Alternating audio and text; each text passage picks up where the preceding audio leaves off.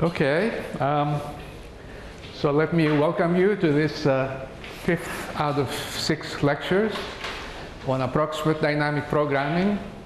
We spent the first 3 lectures on exact dynamic programming and also an overview of the general issues in approximate dynamic programming. And this week, starting with the previous lecture, we're going to focus selectively somewhat deeper on various aspects of approximate dynamic programming. Now, we talked about approximate policy iteration based on projected Bellman equations last time. However, policy iteration involves 2 aspects. There are 2 parts to each iteration. One is evaluating the current policy, and that's what we talked about last time, approximate evaluation of policies based on projected Bellman equations. And then there's a second part of the iteration that has to do with the policy improvement process. And this involves issues that are tricky and important. And we're going to discuss those first. In particular, we're going to talk about the issue of exploration, which we touched upon last time. How do you introduce exploration into the approximate policy iteration process? And then talk about the issue of oscillations. Approximate policy iteration is not guaranteed to converge to a single policy. Typically, or very often, it will just generate a cycle of policies, many policies perhaps, and we want to look at the mechanism by which these oscillations occur and see what they can do to us. After we do that, we are going to discuss an alternative to the projected Bellman equations for approximate policy evaluation and also for approximate value iteration, which is aggregation. This is a very simple approach. It dates to way back, many years, and it is related to the projected equation approach, and we're going to discuss this connection after we describe it, give some examples, and we say a few things about how you can implement them by simulation. Okay, so we continue to look at finite state discounted infinite horizon Markov decision problems. We have transition probabilities going from different states which depend on the control. We want to pick controls so as to minimize the cost of policies. And for a given policy, a sequence of functions from state to control, we have a cost per stage and a long-term cost that's associated with it for any given starting state I. Taking the limit of the expected value of this series gives you the cost of the policy at state I. And because alpha, the discount factor, is strictly less than 1, we are guaranteed that this is well defined. And we want to find pi such that this is minimized simultaneously for all states. Now, we have discussed the special significance of stationary policies. Stationary policies are the ones where the mu's do not change from one stage to the next. We have given various optimality conditions and all that. And let me remind you again of the shorthand notation for the dynamic programming mapping and also for the evaluation mapping corresponding to a policy, whereby given any j, we generate t mu's of j by means of this linear equation or this nonlinear equation. We solve the fixed point equation involving t to obtain the optimal cost, and we solve the Bellman equation involving t mu to obtain an evaluation of the policy mu. Okay. So, approximate policy iteration. It's the same thing as exact policy iteration, except that the evaluation, instead of finding j mu, we find some approximation to that involving an approximation architecture, with R being the vector of parameters in the approximation architecture, evaluate approximately mu, generate an improved policy by the policy improvement equation, and loop around in this way. Now, we focused on linear cost function approximation involving a matrix phi, okay? Dimension n row dimension and column dimension much smaller s. The columns of this matrix are basis functions for a subspace defined by vectors like this. So we are looking to find an approximation of J mu within the subspace of functions of this form. If we call the ith row of phi I prime, which is a small vector like that, the policy improvement process involves this equation. So if I give you R, a good R, you can get a good mu, okay? If I give you a very good R, then you can get a policy that's as good as you can get it with approximation. So the issue is, how do I get a good R? And in the process, we discussed, we focused on the evaluation part of the policy iteration procedure. Instead of finding a fixed point of t mu, we find a fixed point of pi t mu. We solve this equation, which is the projected Bellman equation involving a projection operation pi, which is Euclidean, sum of squares, but also weighted by positive numbers, the xi's. And we can normalize the xi's so that they form a probability distribution. And in this context, we mentioned that given the policy, and assuming this policy gives you an ergodic Markov chain with a positive steady-state probability distribution vector, then the steady-state distribution weighting, the psi vector corresponding which is the vector of steady-state probabilities, when you do projection with that, then pi t mu has a unique solution, and pi t mu is a contraction, has a unique solution, and a lot of other nice things occur, such as, for example, various algorithms become valid, including approximate value iteration, and then the methods of LSPE, LSTD, and so on become possible. And the implementation of the solution of this equation, we noted the possibility of doing it by generating a single long trajectory using the current policy. This implicitly generates weights that are the steady-state distribution weights and make the pi t mu mapping a contraction. Okay, so that was the gist of most of what we discussed in the last time. Why the steady-state distribution is important, and how do you do a simulation-based solution of this equation using a single long trajectory that involves these steady-state probabilities in an average sense. There were a number of issues that were related to this, and we're going to focus on some of them in this lecture, but let me also remind you that there's a multi-step option in projected equations, whereby instead of solving this equation, you solve an equation involving a weighted version of t mu, whereby t mu lambda is the sum of powers of t mu with lambda between 0 and 1. So it's a geometrically weighted sum of powers of t mu. And this mapping has exactly the same fixed points as t mu, okay? And also is a contraction, because t mu is a contraction. However, as lambda changes, then the projection of this mapping becomes different, of course, depends on lambda. Its fixed point is different, and also its modulus of contraction is different. As lambda goes towards 1, this becomes a perfect contraction. And this allows you to change this pi from the steady-state distribution and still have a contraction.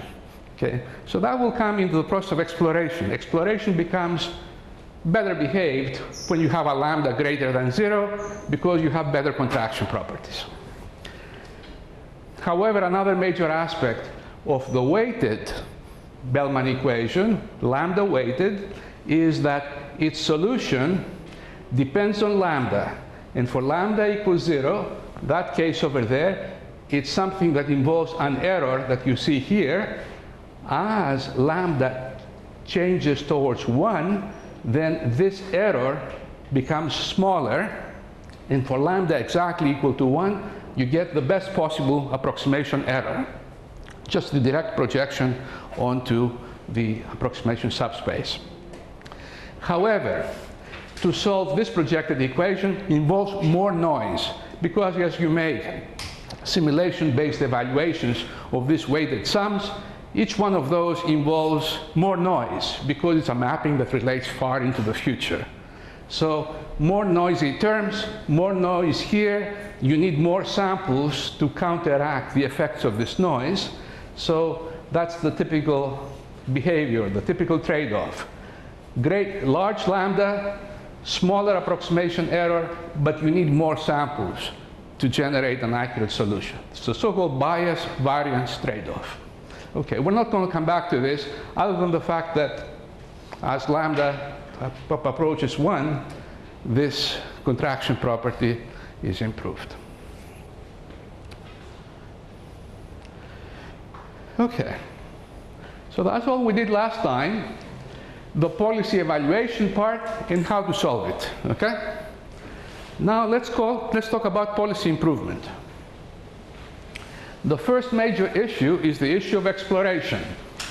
In order to evaluate a policy mu, we need to generate cost samples using that policy. There's no way around that.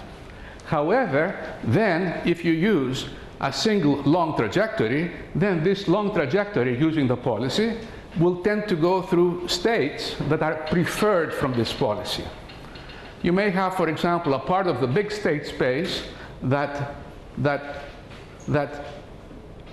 this policy naturally tends to, and very infrequently goes off to other parts of the space.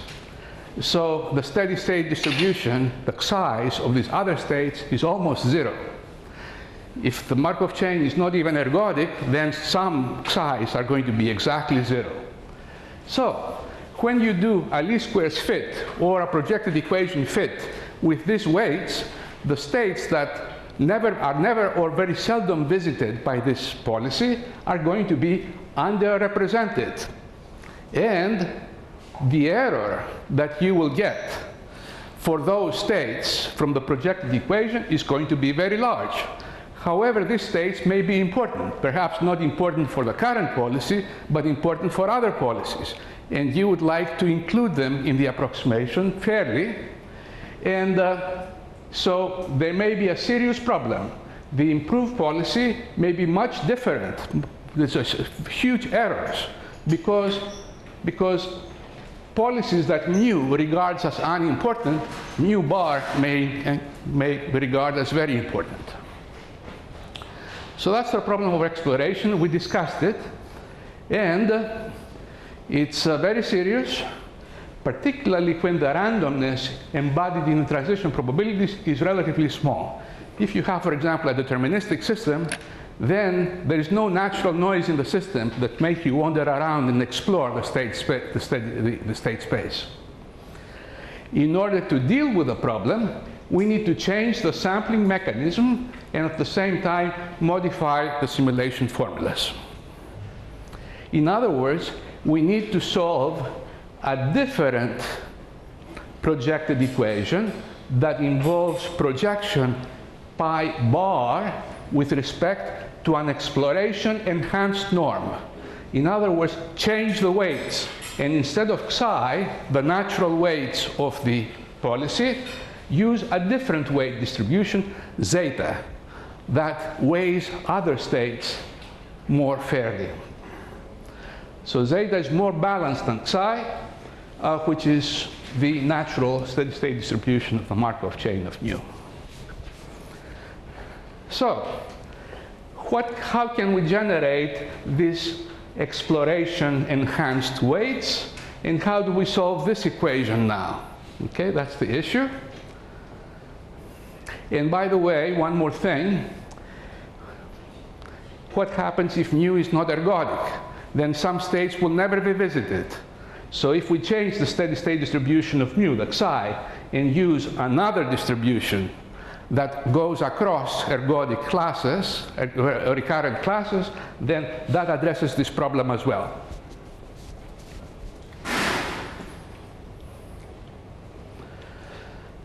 Okay, now I'm going to talk about briefly about two exploration mechanisms. One possibility, instead of using a single long trajectory using the policy that starts at some selected state and theoretically visits all other states through the ergodicity property of the chain, instead of using a single trajectory, use multiple trajectories, shorter, okay? Like 10 transitions long, 5 transitions long, 1 transition long. And we pick the states, the initial states of these trajectories, from a rich and a representative sample. So we cover the states by covering the initial states of these long trajectories, and we use the policy for each one of these short trajectories. Okay, there are names associated with this. I'm not going to get into the details of that, but your textbook has a fairly detailed discussion. It also gives references. Geometric sampling relates to short simulation trajectories generated according to a geometric distribution, whereby the end of the trajectory is determined by a lambda parameter. There's a positive probability lambda that any one transition will be the end, and you'll have to restart from another trajectory. Free-form sampling is a very, very flexible and very, very general sort of sampling, which has basically, you don't need to, it generalizes geometric sampling. And just about any kind of sampling mechanism comes under free-form sampling, and still you can solve a certain meaningful Bellman equation. Anyway, with short trajectories, we can choose the starting states and enhance exploration this way. However, the simulation formulas to solve this equation with pi bar, not pi, the simulation formulas become a little different, okay? Naturally. Otherwise, yeah, it's natural that this would be so. And I don't want to get into the details, but the formulas are not difficult, they're just different. And the amount of computation involved in solving this equation is about the same as for the regular Bellman equation that does not involve exploration. So that's one way. Balance the weights of the states by restarting at many different points in the space. The second possibility is to use a single long trajectory, which, however, is generated with a different policy, slightly different policy. So that instead of following the policy mu at every step, we occasionally deviate. We deviate perhaps with some probability using another policy that has broader exploration properties. So that will tend to explore more fully the space. And this, you'll find the name in the literature of this is the off-policy method. Basically, here you have two policies. One is the target policy, which is the mu that you're currently evaluating, and the other one is the exploration policy or off policy that tends to take you off course to visit other parts of the state. And here the modified policy is a mixture of the target policy and the exploration policy. And this is called the off-policy approach. On policy for the target, off policy for the non-target. Very old method, goes back to the early days of the field. However, it's important to note that the simulation formulas for the basic methods have to be modified so that you solve this equation rather than equation involving the modified policy. We still want to evaluate the original policy. Now, this involves ideas from the theory of importance sampling, so that all the simulation formulas are importance sampling modified. Okay. This is something that you will see only in recent writings, because in the early days of the field, the idea that the formulas of LSTD and LSP methods had to be modified, this had not been fully appreciated.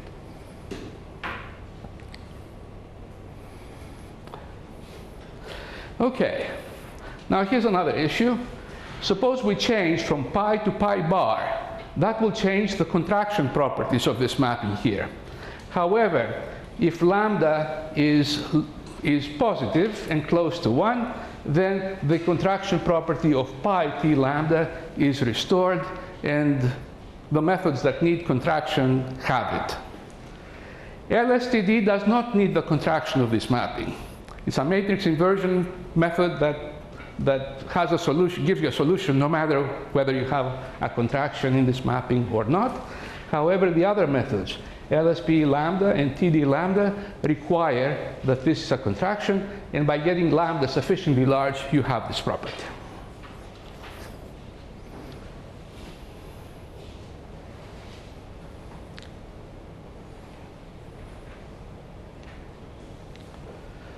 Okay, so now we want to look at two issues of policy improvement. One is the exploration issue, and that's all I have to say about that. And now we're going to get into issues of policy iteration that have to do with the sequence of policies that you generate. We mentioned that approximate policy iteration does not terminate, but rather generates in the end a cycle of policies, perhaps many policies. How can we understand this phenomenon? Okay, so there's a certain figure that's a little hard to understand at first, but after you understand it, you get a lot of insight from it. We consider the space of weights, okay? So this is the small dimensional space of the vectors R, okay? And we form a partition of that space, which we call the greedy partition. Every policy has a subset in this partition, and R sub mu is the set of parameter vectors for which mu is greedy with respect to the cost corresponding to R. Each R gives you a certain J tilde cost, and if you minimize in Bellman's equation, you get a policy mu. The set of all R for which you get mu is called R sub mu. Okay? So the gist of this is that R mu is the set of all R such that if we use an R in it, then the next improved policy is going to be mu. Okay? So we have the space of R's and there is a partition. Each policy has a set associated with it. If I pick my R within that set, then my next policy will be the one corresponding to the set. Okay. Now notice something else also. Suppose that policy evaluation is exact. So for every policy that you evaluate, you obtain a certain weight vector R sub mu. For every mu, there's an R sub mu. So I can plot these sets R sub mu, and I can plot also the points R sub mu in here. Now here's how approximate policy iteration is going to work. Suppose that I have the current policy mu k, and I evaluate this policy. According to the projected equation, there's a unique fixed point, there's a unique R, okay? Now this R mu sub k is going to fall into some set R mu. And let's say, and the set within it falls is going to correspond to the next policy. If I have R mu here, the next policy is going to correspond to the set within which it falls. So mu k plus 1 is going to be the next policy, but mu k plus 1 is evaluated using some weight vector, and the next point in the policy iteration process is going to be this one. This vector falls within some set, and it's going to be the set corresponding to the next policy. And now we're going to move here to the set rk mu plus 1. It's going to fall into a set corresponding to still another policy, which I'm going to go back, and at some point, because these sets are finite, there's a finite number of them, because there's only a finite number of policies, eventually there is no alternative that you will close a cycle. And this is the cycle generated by the approximate policy iteration with exact policy evaluation. Okay? So, generically, assuming that you do the policy evaluation exactly, so for a given mu there's a unique weight vector associated with it, there's going to be a cycle like this that's going to be closed. The algorithm ends up repeating some cycle of policies with R mu k belonging to capital R mu k plus 1, R mu k plus 1 belonging to the set of mu k plus 2, and so on, and somewhere a cycle is going to be closed. Now you might ask, is it necessary that we have a cycle? Can this process terminate? Sure. If R's of mu falls within the set R's of mu, then you have convergence in one step. Okay? It's only when you have this movement around where the little r does not correspond to capital R that you get an oscillation.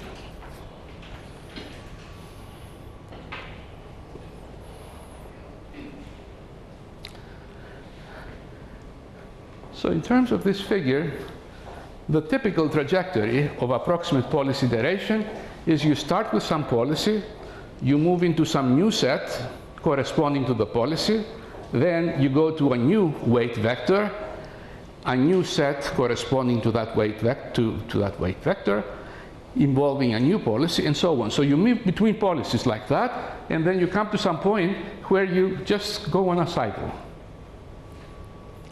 Now you hope that this cycle is a good cycle, that all the policies involved in this cycle are reasonably good policies. Practice with many problems indeed indicates that the cycles occur in good parts of the space rather than bad parts of the space. However, there are some vicious examples where you get oscillations within very bad cycles. Particularly when the problem is of small dimension. And there are very simple examples involving 2 states, 3 states, okay?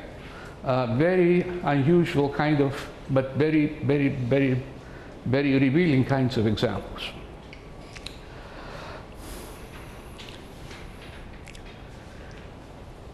Now suppose that, are there questions about this figure? I know it's a hard figure to understand. I always have to look at it again and again to figure it out. Yes, please. Is it possible this cycle policy does not include the optimal policy? Yes, the question is, what about the quality of this cycle? Is it possible that all the policies in this cycle are far from optimal? Definitely so, yes. Definitely so. You can compare it to, if you can make an analogy that's somewhat superficial, but perhaps somewhat revealing, with local minima. Local minima in optimization, where the method gets attracted to some local minimum that could be very suboptimal, very far from optimal. The same thing can happen here. It's a process of like local minima. Okay, here's another, yes, please. I have a question. So the reason of this oscillation is because there is some approximation error of the value function. Is this right? So I have a question. So this oscillation, maybe it is not necessary to happen. Sometimes it will happen. Sometimes it will not happen. Is right? Yes.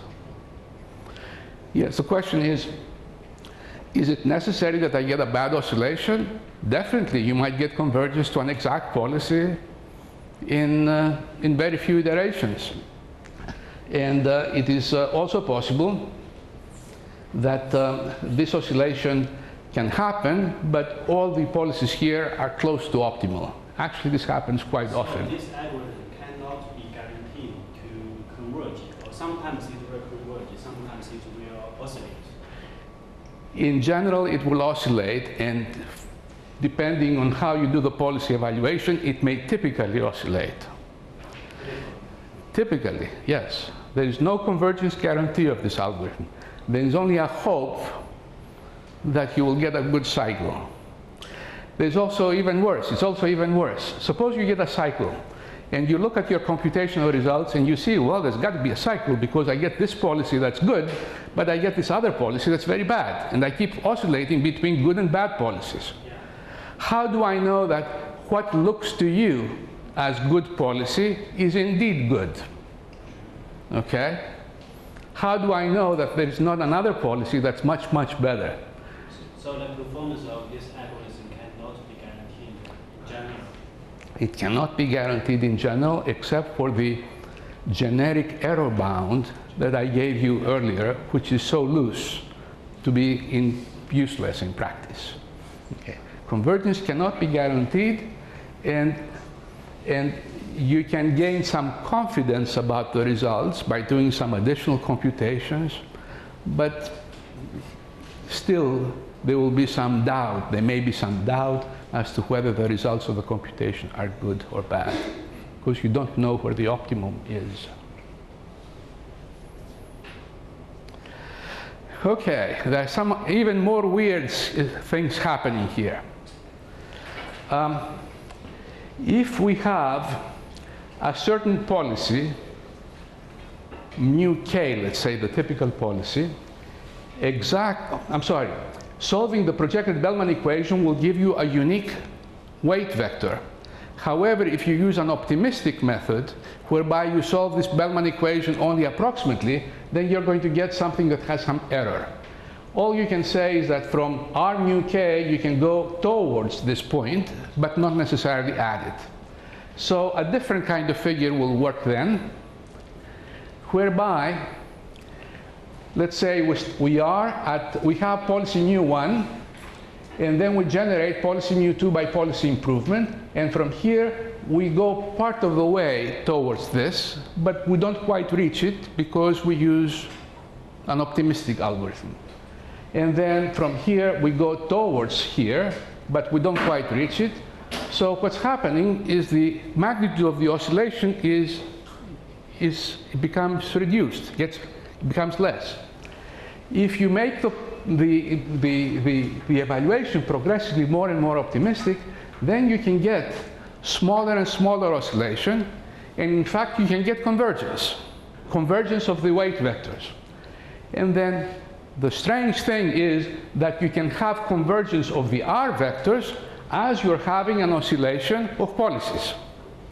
It's just that you converge at this joint, this junction point in the greedy partition between policies, and you generate a cycle of policies, but the R vectors seem to converge. So you look at the R vectors and you may be very happy, okay, my algorithm is converging, but in fact it may not be converging. It may be oscillating, and very widely so, between policies. Convergence in the space of R, but divergence or oscillation in the space of mu. It's a very difficult phenomenon to analyze, but you can witness it with very simple examples. You know, like 3-state examples, 4-state examples, and you can get 2-state examples. You can get convergence of R to points that are meaningless. Okay? They're just junction points in some strange diagram that you can never compute, you can never understand. Okay, so why is this happening, and how can we fix it? Mathematically speaking, fundamentally, oscillations are due to the lack of monotonicity of the projection operator. By monotonicity, I mean that if I have two functions, j and j prime, when I project them on the approximation subspace, their order may be switched around. Now, remember that we have pi t. T is monotone, a very fundamental property in dynamic programming. Once you compose it with a projection operator, you lose the monotonicity property. And all the proofs that I gave earlier for exact dynamic programming that are based on monotonicity do not hold anymore. Mathematically, that's the problem. Lack of monotonicity of this operator. If you were to change this operator and use a different operator, say some W operator that is monotone, and also this is a contraction, then you would not have these oscillations, and you would have convergence to a single policy. This is a little difficult to explain. Well, not difficult, but it will take us too much time to explain. You may explore it on your own. This is the mathematical reason for all these oscillations. However, there's an important special case for which the evaluation equation involves a mapping W that is both monotone and a contraction. And this is the next method, aggregation. In aggregation, we do have similarities, but a mapping that is monotone and avoids these oscillations.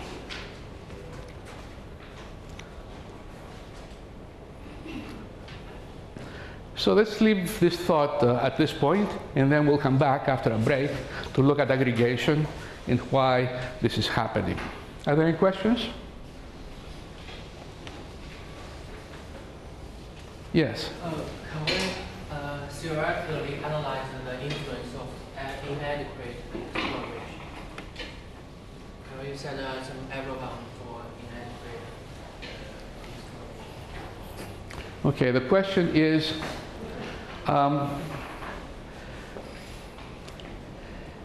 if we have inadequate exploration, how damaging can this be? And how much exploration do we need to avoid the problems? The answer is that it's very difficult to give anything, to say anything quantitative about this. It's mostly a matter of trial and error. That's the only way I can answer. Any other questions? Yes? So, are there any hints indicating that we have inadequate exploration? Okay, how do we know that we have inadequate exploration? Well, basically by looking at the results. If you see that the policies change widely, and you get strange policies by your process, because basically you're using cost functions that are way off, unbalanced in favor of some states and relative to others, then that's sort of an indication that your exploration problem is, that you have an exploration problem. Usually that's not hard to tell, because the algorithm just completely breaks down if you have inadequate exploration.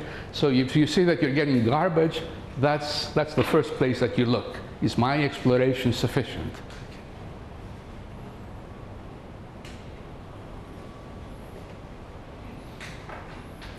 Okay, so let's take a break for 10 minutes, and then we'll come back to look into aggregation.